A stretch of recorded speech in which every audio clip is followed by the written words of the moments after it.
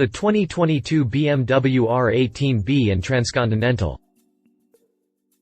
It was more a question of when, rather than if, BMW was going to branch out with its retro-styled R18 family tree, and it seems the factory opted for sooner rather than later with the release of the new for 2022 bagger, B and Transcontinental. The classically designed platform carries touring-minded bodywork up front along with 27-liter hard bags out back, and together cover the touring market as well as the boulevard bruiser segment. Power comes from the most powerful boxer twin to ever come from Beemer, and they carry an electronic suite that is frankly surprising, even from a marque so well known for its technological prowess. 2022 BMW R18B and Transcontinental design. The R18B and Transcontinental have much more in common than not, but the differences, however slight, make all the difference in the world. The R18B and Transcontinental have much more in common than not, but the differences, however slight, make all the difference in the world. The bifurcation in the design is established right out of the gate. While both carry a front fender that's full-size lengthwise with high-cut sides, the Transcontinental sports some chrome trim at the leading edges to lend it an increase in visual weight up front. The shiny bits persist on the Transcontinental with brushed fork lowers and chrome beercan skirts topped by an oddly blacked-out whisker bar that mounts the pimp lights and front turn signals. As for the R18B, blackout is the name of the game with the dark, monochromatic treatment just about everywhere possible, save for some bits of bling on the engine and exhaust system.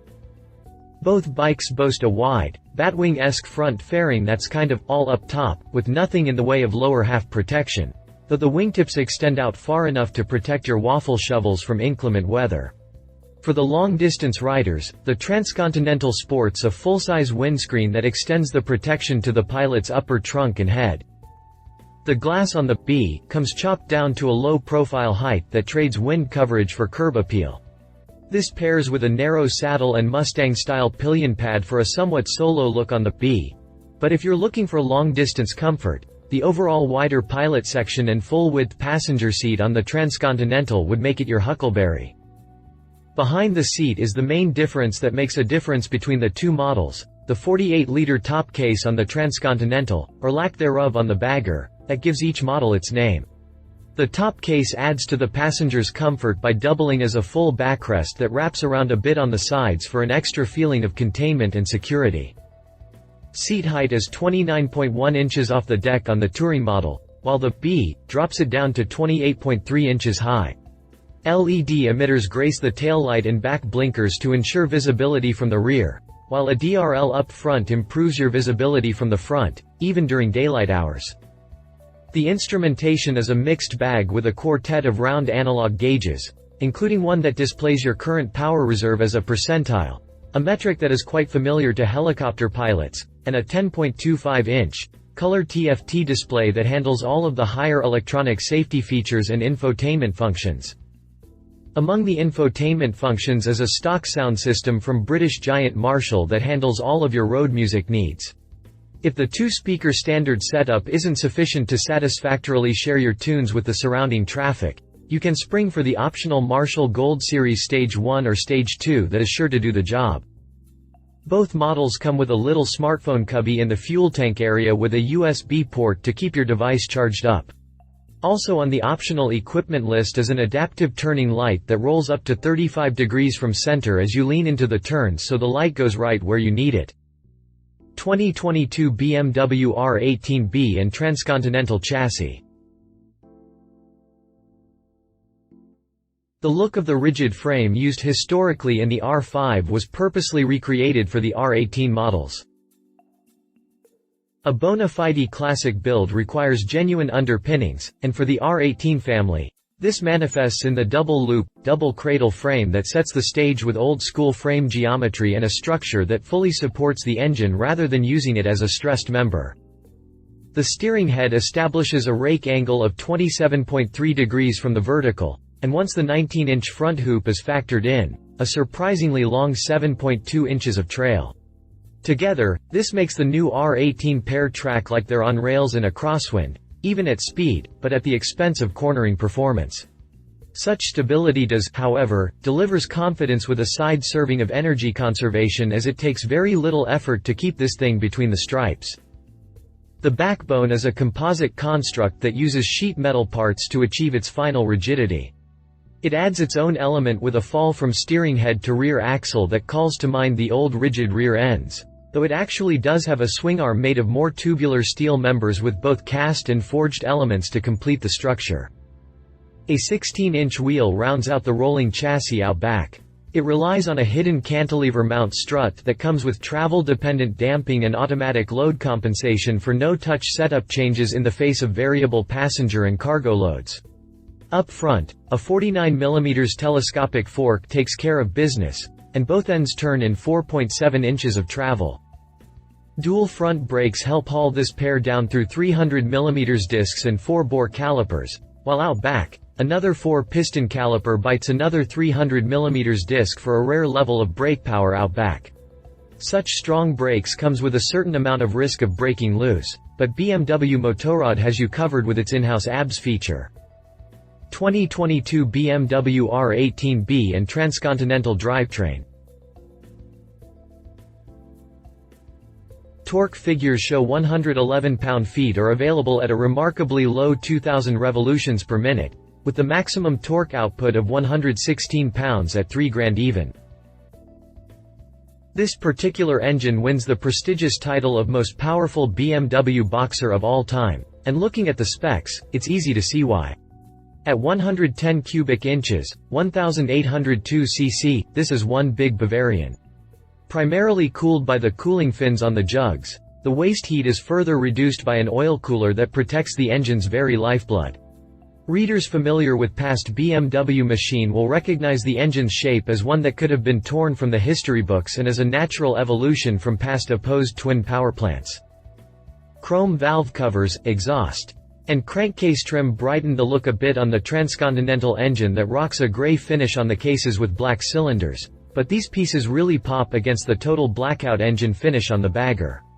The bores mic out at 107.1 mm with 100 mm strokes and a relatively mild compression ratio of 9.6:1 that should tolerate mid-grade pusholine fairly well. This gives the engine an output of 91 ponies with torque figures that show 111 pound-feet are available at a remarkably low 2000 revolutions per minute, with the maximum torque output of 116 pounds at 3 grand even.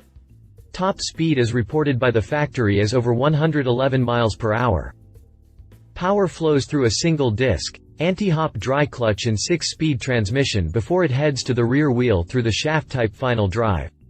A trio of ride modes let you quickly dial in for changing conditions as part of the stock equipment package alongside an automatic stability control, traction control, and dynamic engine brake control that protects the integrity of the rear contact patch when accelerating and compression braking, respectively.